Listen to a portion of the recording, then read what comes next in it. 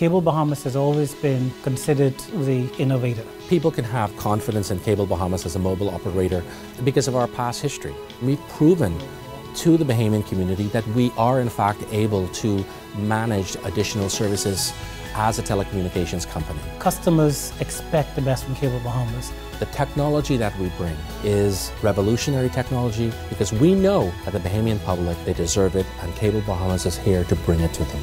We are ready. Turn us on. Good evening, Bahamas. You're tuned into MB12 Weekend, broadcasting from Cable 12 Studios on Robinson Road. Coming up tonight in news, government taking a threat from Islamic hackers very seriously. The FNM says the government is selling a false dream with the Power Secure announcement. Another man gunned down overnight, plus Haitian Bahamians celebrate Haitian Flag Day. I'm Paige McCartney. We've got those stories and more straight ahead on MB12 Weekend.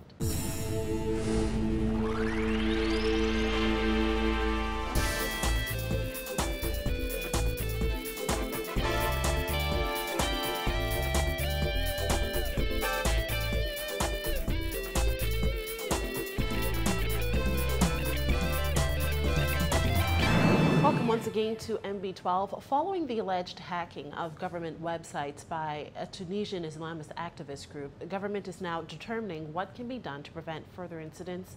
This according to National Security Minister Dr. Nottage, who revealed his email account was hacked a few months ago. Dana Smith reports.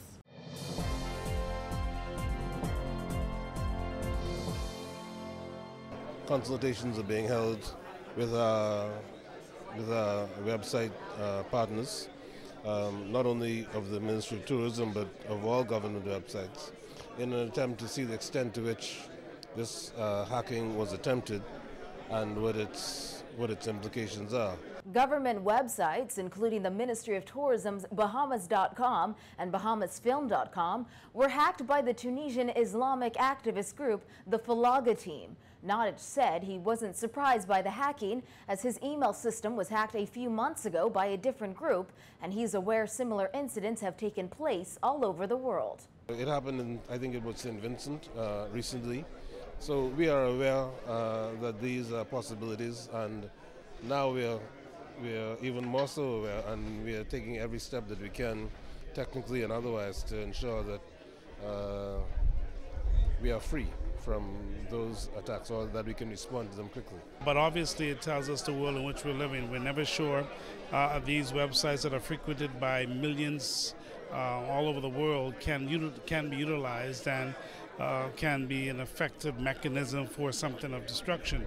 So what we have to do is always be on top of our game. Tourism Minister Wilchcombe told NB12 upon realizing the sites had been hacked, government agencies immediately mobilized to determine what exactly happened and what it meant. And what we discovered was it did come from an Islamic group that had hacked the website and had sent out several messages. Well, we weren't sure exactly what it meant, and so we wanted to get immediate involvement of the Royal Bahamas Police Force and other agencies. Following the hack, Prime Minister Perry Christie said the incident has enormous national security implications, and the National Security Minister agrees, explaining it's important false information about the Bahamas is not disseminated.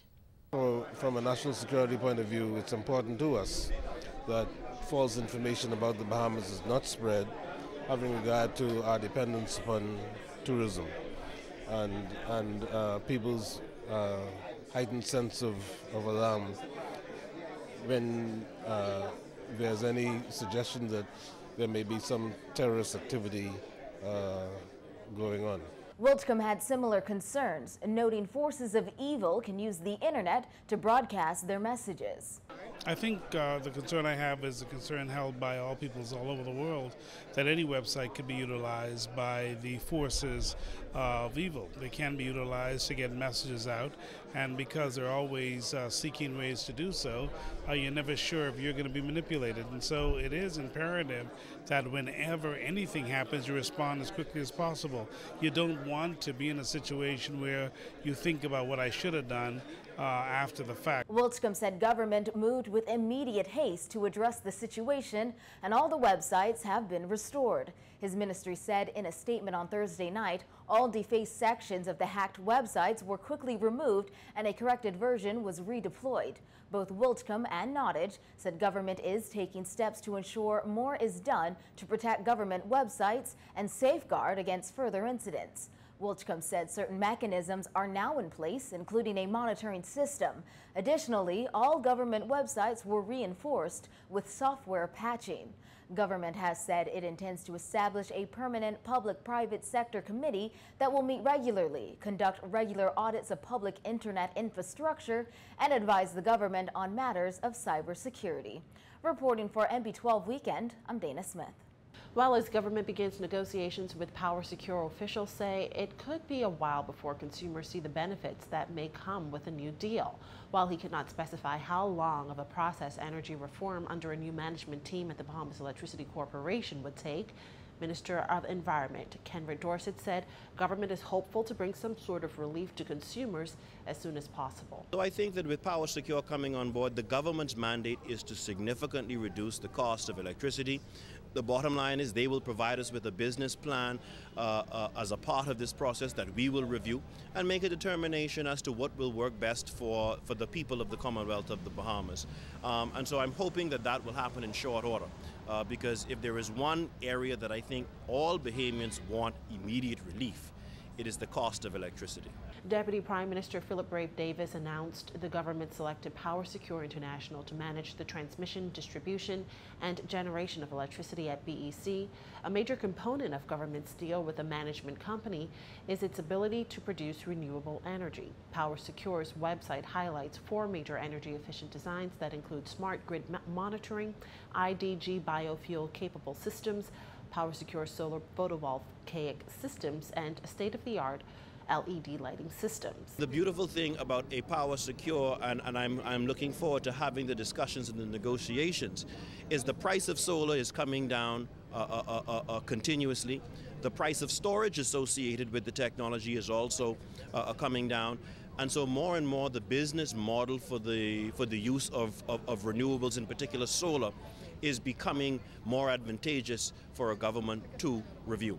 And so with their experience in the field and also having regard to the knowledge of the cost of transporting fuel throughout our family islands, which is a challenge that BEC has always had, I'm looking forward to continued discussions about how we can use more renewables, in particular in our family islands, to reduce some of the costs associated with BEC.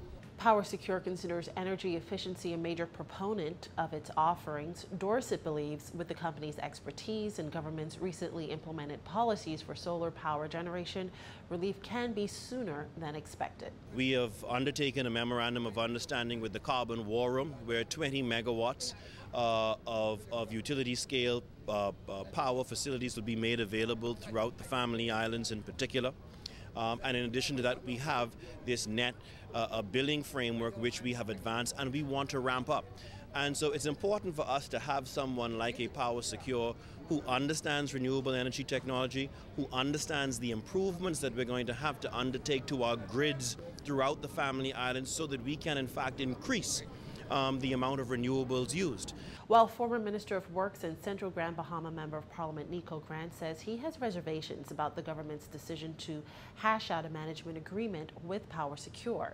Grant said the FNM is concerned by the hopes the government is selling the Bahamian people by announcing that it will start negotiations with PowerSecure. He's skeptical about the company's ability to bring about immediate relief to consumers that they need.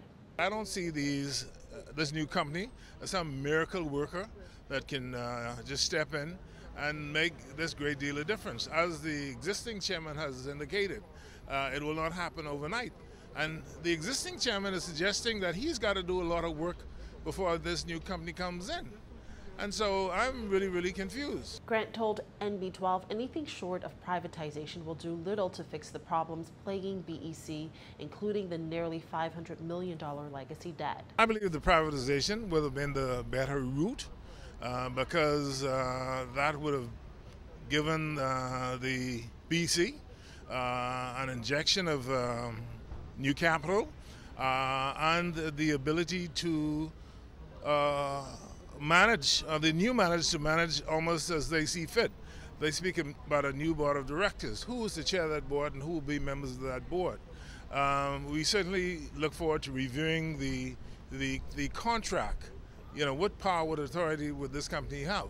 He said there are far too many questions to be answered before determining if this proposal will be a benefit for the Bahamian people, since he said job losses are expected. You know, we've heard about layoffs and how well will the people at BC and indeed the people of the Bahamas take to that.